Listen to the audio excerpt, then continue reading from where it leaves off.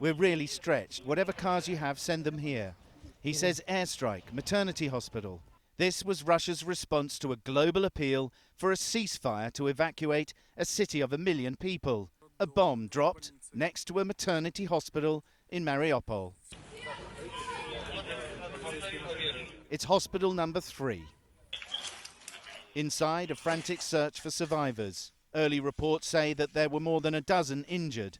A miraculous outcome to an attempt to a mass killing at a place where lives should begin. Many women and children had already fled to underground bunkers after a week of Russian bombardment. Ukraine's president renewed his pleas for NATO to drive Russia from his nation's skies after the hospital airstrike. Everything that the occupiers do with Mariupol is already beyond atrocity. Europeans, Ukrainians, citizens of Mariupol, today we must be united in condemning this war crime of Russia. Evacuations from other towns have been more successful, but still very limited.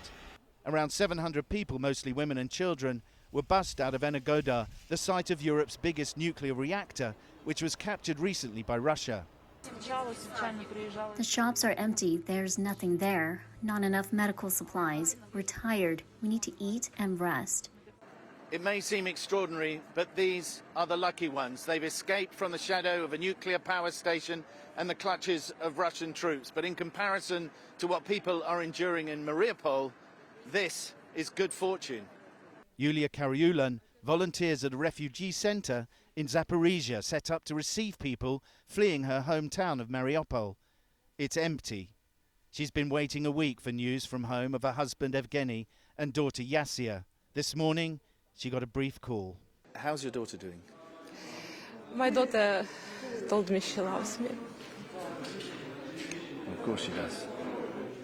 Actually, how she's alive, she's doing like all other children doing now in Mariupol. Almost no food, no drinking water, no electricity. It was -5 this night. They have no heating. They're just sitting in a cold basement in some cots. Her small family is living in a bomb shelter with hundreds of others. She says they can only survive another few days. Then they will have to surface, perhaps to face more of this. Sam Kiley, CNN, Zaporizhia.